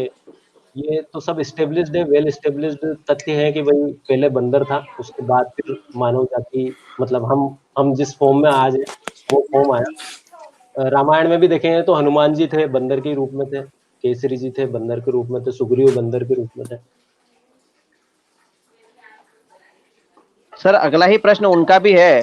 मनुष्य का पूर्व जन्म तो निश्चित है, पर क्या 84 लाख योनियों के बाद मनुष्य जीवन मिलता है? इसका आंसर अगर मतलब भगवत गीता में ऐसे कहीं नहीं लिखा है कि 84 लाख योनियों के बाद ही उसका जन्म होगा मनुष्य रूप में। पर जो जहां तक मैं समझता हूँ, ये मेरा इंटरप्रिटेशन है कि अगर भगवान को सृष्टि भगवान ने बनाई है और एक सिस्टम बनाया है, तो वो पहले जीव के रूप में पैदा होगा, फिर जीव की विभिन्न योनियों में जन्मेगा। अब अगर जीव के रूप में भी उसने, मतलब जंतु के रूप में भी उसने अगर कोई अच्छा काम किया है, तो हो सकता है उसका मनुष्य जन्म पहले आ जाए। अदरवाइज 84 लाख योनियों के बाद तो एक सिस्टम के थ्रू उसका जन्म आना ही है। अगर कोई सिस्टम है जिसको हम बिलीव करते हैं, तो सिस्टम के थ्रू उसका मनुष्य जीवन मिलना ही है, क्योंकि मोक्ष प्राप्ति का ऑप्शन हर जीव को मिलेगा ही सही जब वो मनुष्य जीवन में आएगा। सर आशीष कुमार चपलोत जी प्रश्न पूछते हैं कि आज की Facebook, WhatsApp etcetera social network की दुनिया में शास्त्रों में वर्णित माया जाल है, जहां भ्रम ज्यादा और सत्य कम है। ये तो सर पर्सनल क्वेश्चन है।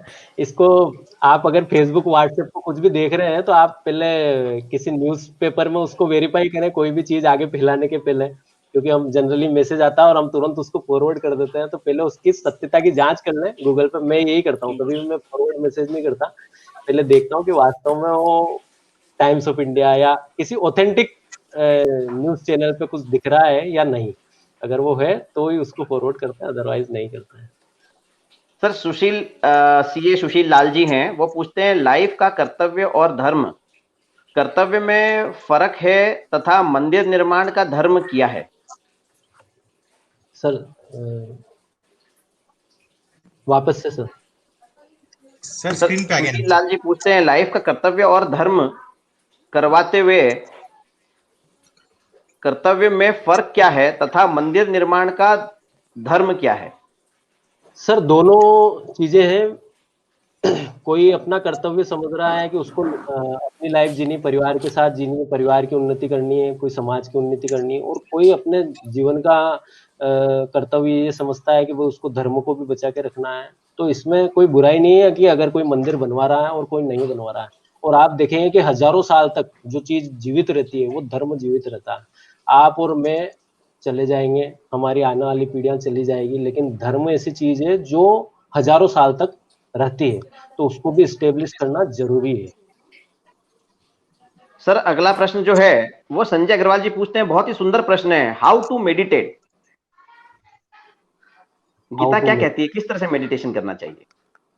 गीता में ध्यान योग के बारे में बताया है कि एक जो योगी होता है वो एक स्थान पर बैठकर मन में ओम का ध्यान करके, मन को एकाग्र करके मेडिटेट करना चाहिए।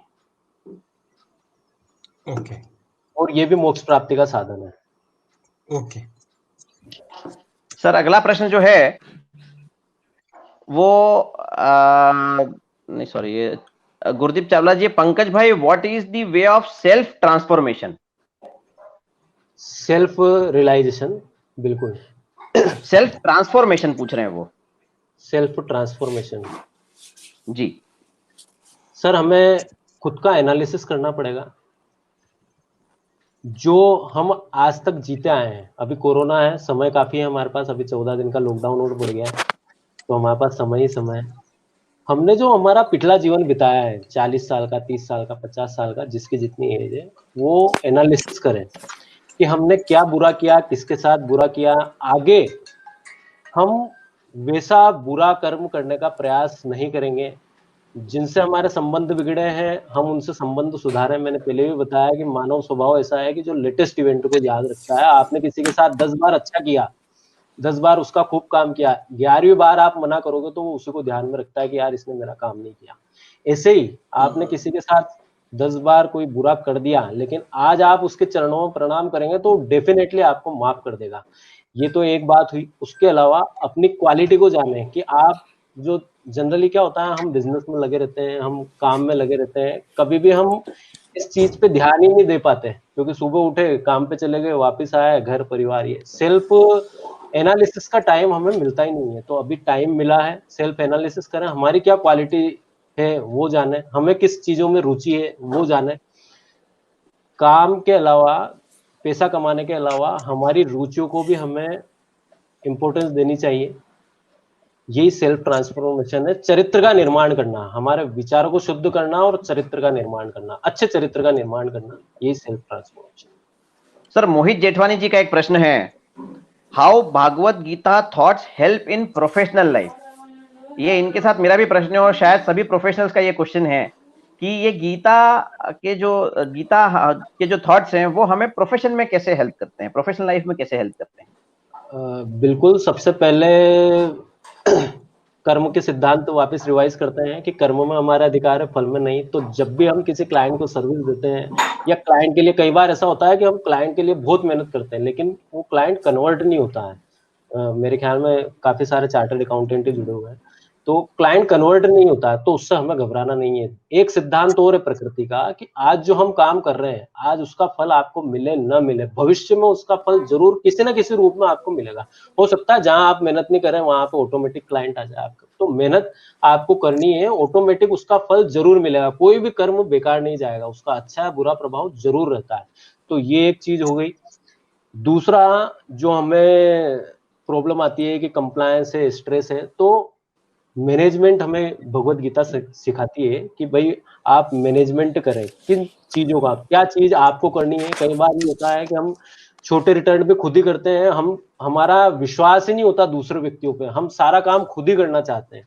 तो थोड़ा लोगों पे विश्वास करना सीखें, उनके काम को एक बार रिव्यू करें, फिर आपको विश्वास बन जाएगा, तब उसको छोड़ दें।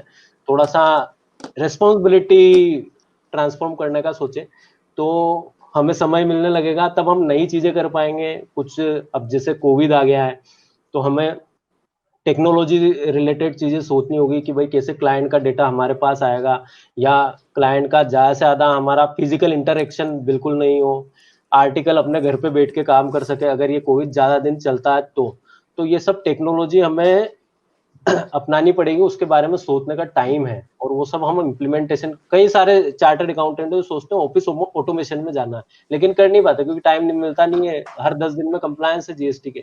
तो अभी समय मिला है, हर चीज की डेट आगे बढ़ गई है, क्या टेक्नोलॉजी हम अपना के ऑफिस ऑटोमेशन में जा सकते हैं, ये सब चीजें मैनेजमेंट के जो फंडे हैं ये सब गीता हमें सिखाती है।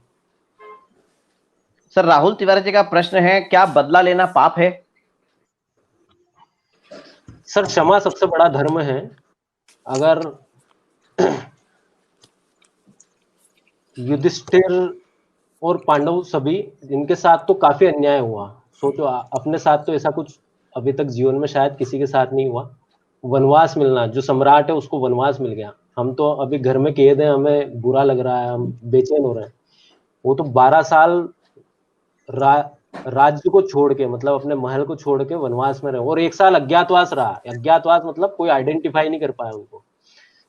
इतना सब होने के बाद भी युधिष्ठिर के मन में दुर्योधन के लिए यही भाव था कि अगर वो मुझे मेरा राज्य दे देता है तो मैं कोई लड़ाई नहीं करूंगा, जबकि साथ में प्रतिज्ञा थी भीम की कि वो दुर्योधन की जंघा तोड़ेगा। उस प्रतिज्ञा को भी कृष्ण भगवान ने कहा कि प्रतिज्ञा तुम्हारे मानव कल्याण और शांति से बढ़ के नहीं है। तो शांति सबसे परम चीज है, और क्षमा करना बहुत बड़ा धर्म है। तो बदला लेने की जरूरत नहीं है, आप तो व्यवहार अच्छा बनाएं, बदला तो किसी चीज का उपाय ही नहीं है। सर अगला प्रश्न है संजय अग्रवाल जी का, can you enlighten about life balancing? Life balancing से शायद मैं समझ पा रहा हूं कि ये चाहते हैं कि प्रोफेशन और बिजनेस के साथ हमारी पर्सनल लाइफ को किस तरह से बैलेंस किया जाए। बिल्कुल, ये प्रश्न बहुत सारे लोगों का मेरे व्हाट्सएप पे भी आया है। तो सबसे पहली बात ये है कि परिवार को भी समय देना चाहिए। हम हमारे काम में इतने मशगूल हो जाते हैं कि हम परिवार को समय ही नहीं दे पाते, और इसी कारण से हमारी वाइफ की, पत्नी की शिकायत रहती है कि आप तो समय ही नहीं देते। उनकी शिकायत हमेशा बनी रहेगी, आप 2 महीने अभी कोविड में उनके साथ है तो भी वो 5 दिन बाद शिकायत करेंगे कि आप समय नहीं देते। लेकिन आप अगर समय डेली देंगे उन्हें, उनसे बात करेंगे, तो डेफिनेटली बैलेंस हो जाएगी लाइफ ऑटोमेटिक। मैं भी इसी का प्रयास कर रहा हूँ। सर सुनीता आचोलिया जी प्रश्न पूछ रही हैं, मन को कंट्रोल कैसे किया जाए, नेगेटिव थॉट्स को कैसे कंट्रोल किया जाए? देखिए, मन में नेगेटिव थॉट भी आएंगे, पॉजिटिव थॉट्स भी आएंगे, है ना। मैंने पहले भी बताया कि थॉट्स को कर्मों में परिणीत नहीं होने दें, कर्मों में नहीं बदलने दें। अगर थॉट्स आते हैं तो उनको वहीं विचारों को हमें शुद्ध करना चाहिए। ये सब अभ्यास से होगा। इसका एक तरीका बताता हूँ मैं, कि आप डेली भगवान की पूजा करते हैं सभी लोग, तो भगवान से प्रार्थना करें, डेली सिर्फ एक प्रार्थना करें कि मैं मन, वचन और कर्म से किसी का नुकसान नहीं पहुंचाऊं। आप जब ये सिर्फ एक लाइन भगवान से बोलेंगे तो ऑटोमेटिक आप जब बोलेंगे और सेल्फ रियलाइजेशन से बोलेंगे कि भाई मुझे ऐसा करना है, तो ऑटोमेटिक आपके पास ऐसे विचार नहीं आएंगे, बुरे विचार नहीं आएंगे, धीरे धीरे अच्छे विचार होने लग जाएंगे। तो इस तरह से अभ्यास से मन पे कंट्रोल किया जा सकता है। कठिन है पर असंभव नहीं है। दूसरा सर हरीश दयानी जी का प्रश्न है, sir why we are worried for our future? हम हमारे भविष्य को लेकर क्यों घबराहट में रहते हैं या उसके बारे में चिंता करते हैं? दयानी जी को प्रणाम, मेरे बॉस हैं। और सर, भविष्य को लेकर चिंता बिल्कुल नहीं करनी चाहिए, लेकिन प्लानिंग जरूर करनी चाहिए, क्योंकि हम व्यावहारिक और सांसारिक जीवन जी रहे हैं। हमारे अपना परिवार है, हमारे अपने बच्चे हैं, हमारे कुछ दायित्व है, समाज के प्रति भी दायित्व है, देश के प्रति भी दायित्व है। तो भविष्य की प्लानिंग तो करनी चाहिए, लेकिन भविष्य में जो कुछ घटित होता है उससे हमें चिंतित नहीं होना चाहिए, क्योंकि कर्मफल हमारे हाथ में नहीं, कर्म हमारे हाथ में। सर अगला प्रश्न राहुल तिवारी जी का है, क्यों आजकल आप लोग ज्वाइंट फैमिली में नहीं रहते हैं? हमारी पीढ़ी 20 से 25 वाली रहना चाहती है, लेकिन आपकी पीढ़ी जो 40 पार है वो अपने ब्रदर से दूर रहना चाहती है। सर शायद राहुल तिवारी जी जो हैं वो, उनकी उम्र जो है वो 20-25 साल रही होगी अभी जब इनने प्रश्न पूछा ही है, तो वो ये पूछना चाहते हैं कि 40 से ऊपर वाले लोग साथ में नहीं रहना चाहते और 20 और 25 वाले साथ में रहना चाहते हैं। नहीं, ऐसा बिल्कुल भी नहीं है। और जॉइंट फैमिली के अपने फायदे हैं, लेकिन जो जनरली इस प्लेटफॉर्म पे बोलना अच्छा नहीं लगता, लेकिन कई बार ऐसी ऐसी परिस्थितियां होती है कि सास और बहू का तालमेल नहीं बैठ पाता। इस कारण से व्यक्ति जॉइंट फैमिली से अलग हो जाता है। कई बार परिस्थितियां हमारे वश में नहीं रहती, उसको वश में करने का प्रयास करना चाहिए, दोनों को समझाना चाहिए, तालमेल बिठाना चाहिए, दोनों म्यूचुअल अंडरस्टैंडिंग से ही होगा। अगर एक व्यक्ति भी उसमें अगर नहीं समझदार है तो फिर पॉसिबल नहीं है। सर अगला प्रश्न है सीए ऋषभ मित्तल जी का। A person is happy in good moments and sad in bad moments, how to make balance between both these times? बेशक ये हम जब कोई चीज प्राप्त करते हैं तो खुश होते हैं, और कोई चीज हमारे एडवर्स होती है तो दुखी होते हैं, लेकिन किसी भी चीज को पकड़ के नहीं बैठना चाहिए। जैसे लॉकडाउन खुलेगा तो जैसे ही खुलेगा खुशी अपार होगी, ऐसा लगेगा कि हम स्वर्ग घूम के आ जाएं, पूरा इंदौर घूम के आ जाएं, कोटा घूम के आ जाएं, वहां चले जाएं, वहां चले जाएं। तो वो खुशी को कंट्रोल करना है। ऐसे ही दुख को भी कंट्रोल करना है। कोई किसी के साथ कोई अनहोनी हो गई तो उसको पकड़ के नहीं बैठना है। किसी ने किसी के साथ बुरा कर दिया तो उसको अपने जहन में उस वक्त एट द मोमेंट तो दुख होगा ही सही, हमें उससे नहीं बच सकते हम, क्योंकि हम सांसारिक जीवन में जी रहे हैं, लेकिन उसको पकड़ के बैठना गलत है। तो ऑटोमेटिक जब आपकी हैबिट हो जाएगी कि भाई किसी भी चीज को ओवर एक्साइटेड होके एक्सेप्ट नहीं करना है, तो ऑटोमेटिक ये सुख और दुख में बैलेंस बैठने लग जाएगा धीरे धीरे। सर अगला प्रश्न है अमर आहूजा जी का। बहुत ही टेक्निकल प्रश्न है ये। Pankaj sir, do you think lanterns swayambhu saints are more popular और से relevant than light god? Do you think swayambhu saints are more popular और से रेलेवेंट देन लाइट गॉड? नहीं, मैं जो क्वेश्चन समझा हूं कि कोई संत है जो भगवान से ज्यादा पॉपुलर है, ऐसा?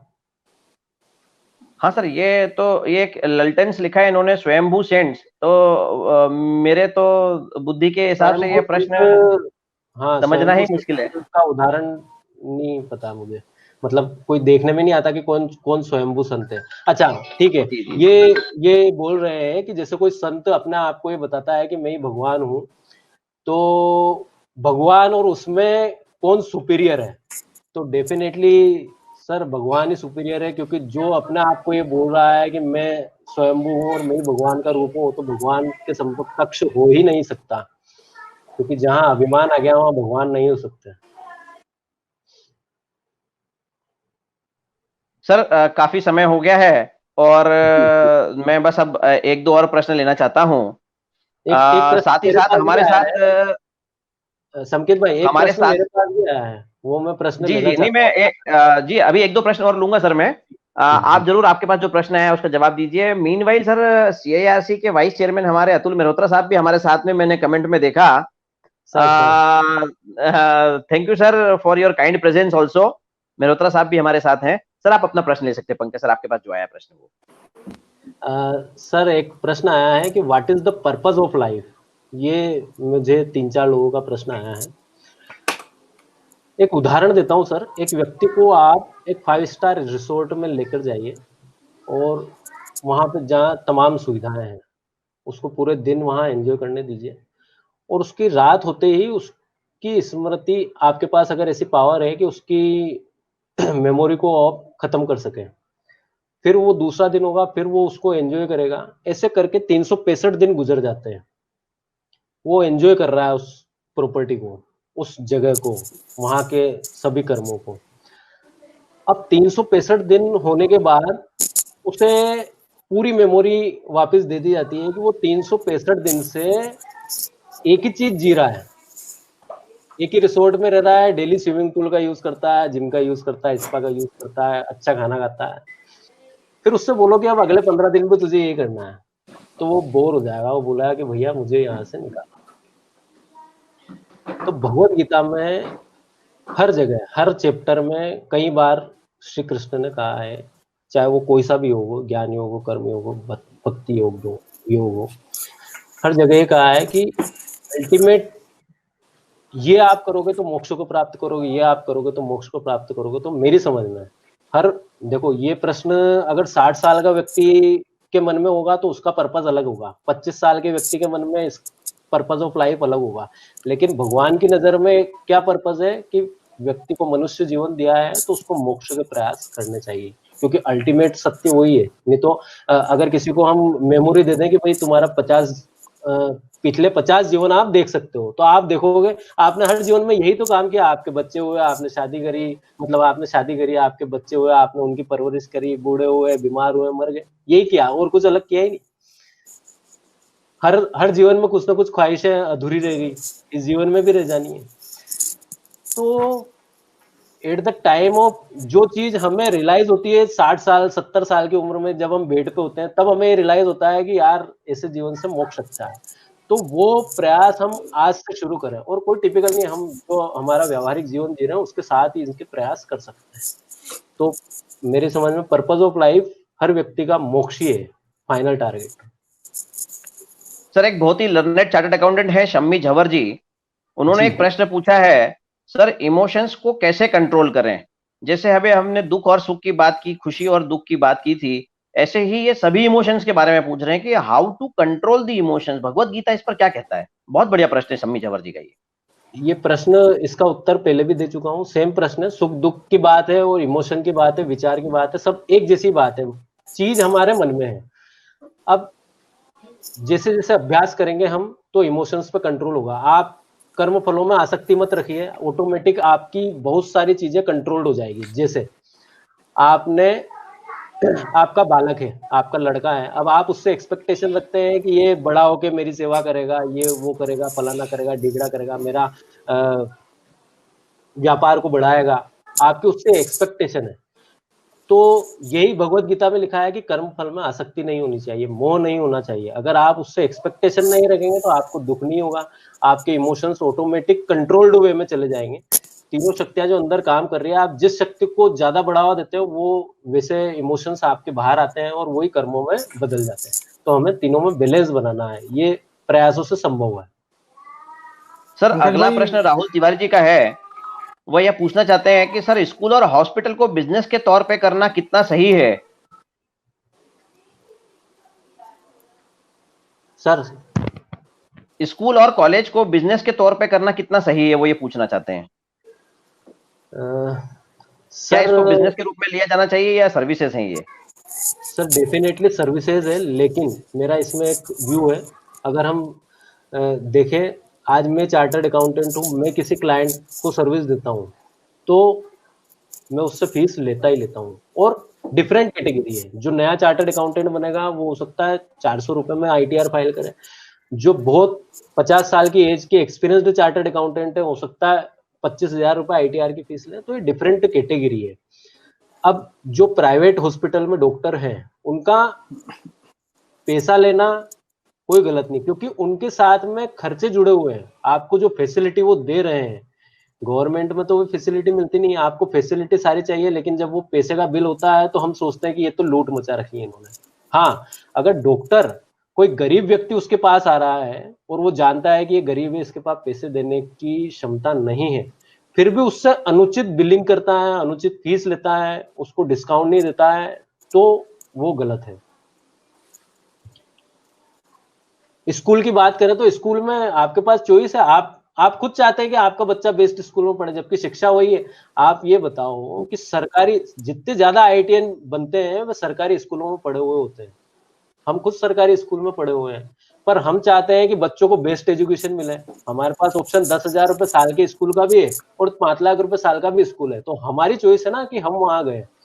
हम फिर ये बोलते हैं कि वो लूट रहे हैं, वो नहीं लूट रहे, वो ऐसी फैसिलिटी दे रहे हैं इसलिए उसका पैसा ले रहे हैं। आपको चॉइस करना है। बात है पंकज भाई, हम हमारी जो इच्छाएं हैं उनको पूरी करने के लिए हम बच्चों को या वहां स्कूल में भेजते हैं या हॉस्पिटल में भेजते हैं। बहुत सही विचार आपने रखा सर। ये अगले लास्ट 2 प्रश्न है सर, उसके बाद हम चर्चिल भाई को एक बार सुनेंगे। सर इसमें क्वेश्चन है रजनीश अग्रवाल जी का, व्हाट इज डिफरेंस बिटवीन मोक्ष एंड मुक्ति? दोनों एक ही है। मोक्ष ओके। मुक्ति दोनों एक ही है, इसमें पुनर्जन्म नहीं होता, आत्मा परमात्मा को प्राप्त हो जाती है। मुक्ति मतलब जन्म मरण से मुक्ति मिल गई, मोक्ष मतलब भी वही है कि जन्म मरण से छुटकारा मिल गया। सर अगला प्रश्न है गीतांजलि विजयवर्गीय जी का, जो कि आपको काफी सपोर्ट कर रही है। उन्होंने बहुत सारे जवाब भी दिए हैं, सवाल पहली बार ही किया है, इसमें जवाब ज्यादा दिए उन्होंने। धन्यवाद। उनका प्रश्न है सर, कोविड-19 के बाद कैसा पर्सनल लाइफ और प्रोफेशनल लाइफ को बैलेंस किया जा सकता है? पर्सनल लाइफ तो जी रहे हैं अभी हम 2 महीने से, तो बैलेंस करने में मुझे नहीं लगता प्रॉब्लम आएगी। और अब तो वर्क फ्रॉम होम का कल्चर आ जाएगा, तो वैसे ही पर्सनल लाइफ भी मैनेज हो जाएगी, प्रोफेशनल लाइफ भी मैनेज हो जाएगी। टेक्नोलॉजी को अपनाना पड़ेगा। हाँ, ये जरूर है कि हमें जब हम बाहर जाएंगे काम के लिए तो पूर्ण सावधानी रखनी पड़ेगी। जो दिशा निर्देश गवर्नमेंट के हैं फिजिकल डिस्टेंसिंग के, वो सब हमें ध्यान में रखने पड़ेंगे ताकि हम हमारे परिवार को बचा सकें। जरूर पंकज जी, क्या इस कोविड-19 को इस पॉजिटिविटी के साथ देखा जाए कि इसने हमें टेक्नोलॉजी को यूज करना सिखा दिया? इसके पहले कभी भी आपने और मैंने वेबिनार पे इस तरह से चर्चा नहीं की थी, हम पहली बार इस तरह की चर्चा कर रहे हैं। इस तरह से हम सभी एक प्लेटफॉर्म पे आकर अपने अपने घरों से आपसे प्रश्न पूछ रहे हैं और आप हमारा उत्तर दे रहे हैं, तो क्या यह कोविड-19 की उपलब्धि मानी जाएगी? बिल्कुल, ये तो उपलब्धि है, इसे बहुत सारी उपलब्धि है। आप देखेंगे कोविड-19 के बाद जब लॉकडाउन खुलेगा तो आदमी में एक नई ऊर्जा रहेगी, नया व्यक्तित्व रहेगा उसका। और मैं आशा करता हूँ कि वो ऊर्जा जो लॉकडाउन खुलने के पहले दिन बनी रहे, मतलब बनेगी, वो आगे भी उस हर व्यक्ति की बनी रहे। और व्यक्तित्व का निर्माण तो हो ही रहा है, सब अपना अपना, कोई फिजिकली फिट होने लगा है, कोई अपने बिजनेस को नए रूप में करने जा रहा है, टेक्नोलॉजी को अपना रहे हैं, तो ये तो सब पॉजिटिव ही पॉजिटिव हो रहा है। बस हम घर में बैठे हैं, आनंद ले रहे हैं। जी चर्चिल भाई, मैं निवेदन करता हूं कि आप अपने 2 शब्द कहें। बिल्कुल, अगर ये तो आपने सोशल डिस्टेंसिंग की बात की, अगर मैं फिजिकली आज पंकज भाई और सबके साथ होता तो मैं पंकज भाई का आभार और सम्मान गले लगा के करता कि मेरे अनुज ने आज जो ज्ञान का स्तर पाया है वो सर्वाधिक उच्च श्रेणी में जाता है। बहुत बधाई के पात्र हैं, बहुत बहुत अनुमोदना करता हूं मैं पंकज की, पूरे परिवार सहित और पूरे CIRC के सभी सदस्यों की तरफ से।